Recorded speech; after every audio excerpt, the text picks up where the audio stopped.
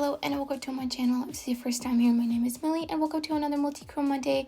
Today's Multichrome Monday is going to be a little bit different. I'm going to be showing you how I like to pair mattes to multichromes.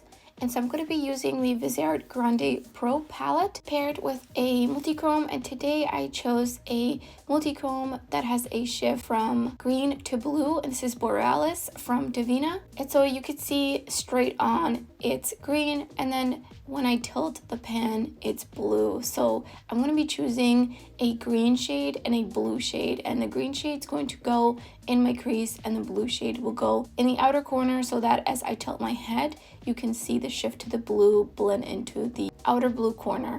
So first I'm priming my lid with the Devinah eyeshadow base, and then I'm going in with the green on a smaller brush and just placing that on the about inner third of my crease, so not all the way down to the outer corner, just my inner crease, and just blending that upwards.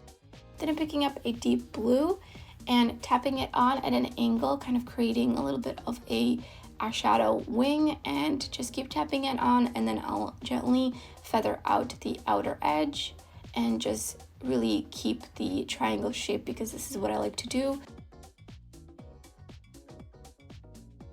Next I'm going with the Fahrenheit Pixie Epoxy, and I'm tapping it out just to make sure that I didn't put too much on and feather out those edges a little bit. And the Fahrenheit Pixie Epoxy is great for any kind of finely milled metallic shades, not anything too flaky. So then I'm patting on Borealis. And then I'm very lightly going to blend the edges of that because I wasn't trying to do a cut crease. However, this multichrome does have a black base which does blend out to a gray, so that's why I want to be very gentle. I don't want to blend too much. Then I'm just connecting the lower lash line with the blue. And then adding in the green.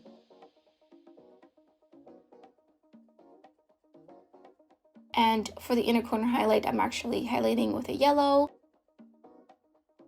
So this is the finished look, all done with just two eyeshadows. You could totally skip on the yellow and then you would only have used two eyeshadows. So when I tilt my head in the opposite direction, you can really see the blue shift that just really nicely blends into the dark matte. And then of course, same thing happens if I tilt my head to the other side, then the blue comes in on the inner corner. So you could also do kind of like a halo eye where you have the blue on the inner and outer portion and then the green in the center if you wanted to. But because these two shifts work so well together, it doesn't feel out of place to see the blue shift with the green. I will be doing many more looks with different shifts, so make sure you stay tuned for that. Make sure you're subscribed and you have the notification bell button turned on. And if you like this video, don't forget to give it a thumbs up. And if you enjoyed this video, don't forget to give it a thumbs up. Thank you so much for watching, and I hope to see you next time.